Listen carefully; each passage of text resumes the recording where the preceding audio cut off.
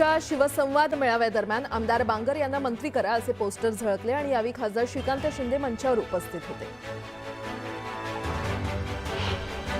रत्नागिरी जिल्ह्यातील दापोली आणि हणे येथे झालेल्या रास्ता रोको आंदोलनाप्रकरणी पोलिसांनी राजकीय पदाधिकाऱ्यांसह 400 ते 500 कार्यकर्त्यांविरोधात गुन्हा दाखल केलाय।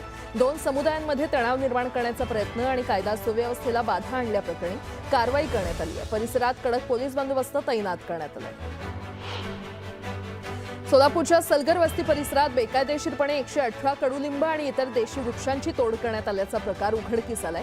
महानगरपालिकेनं पंचनामा करून संबंधितांविरोधात सलगर वस्ती पोलीस ठाण्यात फिर्याद दाखल केली असून दोषींवर कायदेशीर कारवाईची प्रक्रिया सुरू करण्यात आली आहे। इंस्टाग्रामवर रील्स आणि व्हिडिओमुळे चर्चेत असलेल्या लातूरच्या एका तरुणीला वायर चोरी प्रकरणी पोलिसांनी अटक केली आहे। प्रियंका कांबळे असं या तरुणीचं नाव असून तिचे इंस्टाग्रामवर 32,000 फॉलोअर्स आहेत। लोणावळ्यातील लायन्स पॉइंट इथे INS शिवाजीचा कर्मचारी राकेश कुमार मिश्रा यांचा 250 फूट खोल दरीत कोसळून मृत्युमुखी पडलेले आहेत ते आणि या घटनेनंतर नेव्हीचे पथक, शिवदुर्ग रेस्क्यू टीम आणि मावळ आपत्ती व्यवस्थापन पथक घटनास्थळी दाखल झाले असून मृतदेह बाहेर काढण्याचे प्रयत्न सुरू आहेत। औरंगाबादमध्ये 68 वर्षीय महिला डॉक्टरच्या खात्यातून बनावट स्वाक्षरी करून 9 लाख रुपये काढल्याप्रकरणी पोलिसांनी एका महिलेसह अल्पवयीन मुलीला ताब्यात घेतलेलं आहे। आरोपींकडून 9 लाखांची रोख रक्कम जप्त करण्यात आली असून या प्रकरणात बँक कर्मचाऱ्यांचा सहभाग आहे का याचा तपास सुरू आहे। महायुती विधान परिषदेच्या सर्व जागांवर निवडणूक लढवणार आणि सगळ्या 17 जागा जिंकणार असं वक्तव्य एकनाथ शिंदेंनी केलं। महाविकास आघाडी 17 जागा लढणार आणि एकही जागा जिंकणार नाही असं एकनाथ शिंदे म्हटले। दरम्यान राज्यातील विविध प्रलंबित प्रश्नांवर चर्चा करण्यासाठी दिल्लीमध्ये आहोत असं त्यांनी स्पष्ट केलं।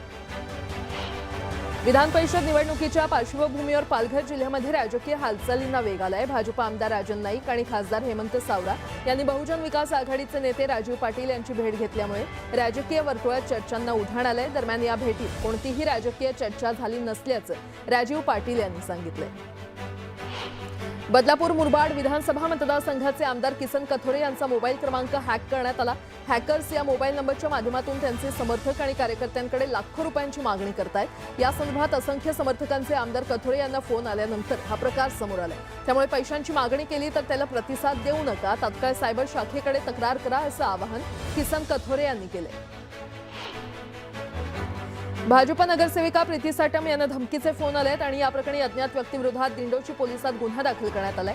साटम यांनी त्यांच्या वॉर्डच्या सोसायटीमध्ये बांधलेल्या बकरी कुर्बानीला विरोध केला होता।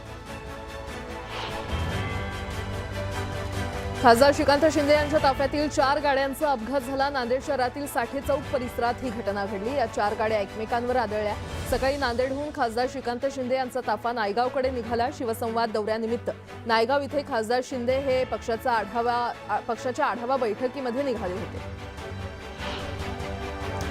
मनसे नेते दिलीप धोत्रे यांच्या अपघातानंतर राज्याचे उद्योगमंत्री उदय सामंत यांनी पंढरपुरात जाऊन त्यांच्या प्रकृतीची विचारपूस केली। सामंत आणि धोत्रे यांच्या भेटीमुळे राजकीय वर्तुळात चर्चांना उधाण आलं असून शिवसेना आणि मनसेतील व्यक्तिगत संबंध पुन्हा चर्चेत आले।